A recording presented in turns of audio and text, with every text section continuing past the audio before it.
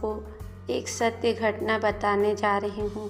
Shri TN. Seshan जब मुख्य चुनाव आयुक्त थे तो परिवार के साथ छुट्टियां बिताने के लिए मसूरी जा रहे थे।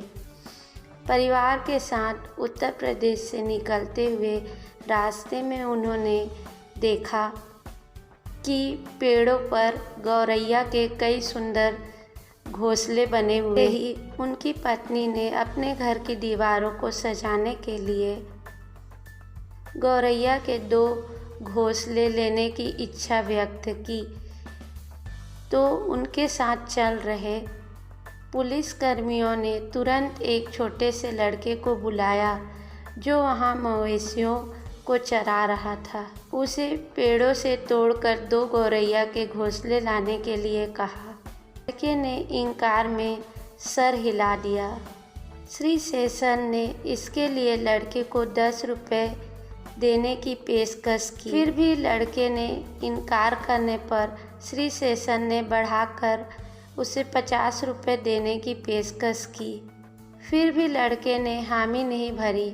पुलिस ने तब लड़के को धमकी दी। उसे बताया कि साहब जज हैं और तुझे जेल में भी डलवा सकते हैं, गंभीर परिणाम भुगतने होंगे। लड़का तब श्रीमती और श्री शेषन के पास गया और कहा, साहब मैं ऐसा नहीं कर सकता। उन घोंसलों में गौरैया के छोटे बच्चे हैं।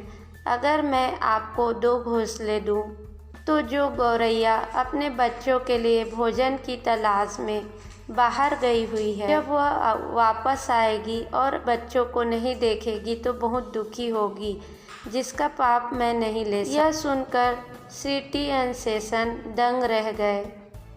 श्री शेषन ने अपनी आत्मकथा में लिखा है, मेरी स्थिति, शक्ति और IAS की डिग्री सिर्फ उस छोटे अनपढ़ मवेशी चराने वाले लड़के द्वारा बोले गए शब्दों के सामने पिघल गई। घोंसले की इच्छा करना।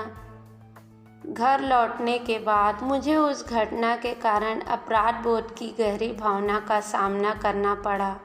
यह जरूरी नहीं कि शिक्षा और महंगे कपड़े मानवता की शिक्षा दे ही दे, यह आवश्यक नहीं है। यह तो भीतर के संस्कारों से पनपती है। दया, करुणा, दूसरों की भलाई का भाव, छल कपट न करने का भाव मनुष्य को परिवार के बुजुर्गों द्वारा दिए गए संस्कारों से तथा अच्छी संगत से आते हैं।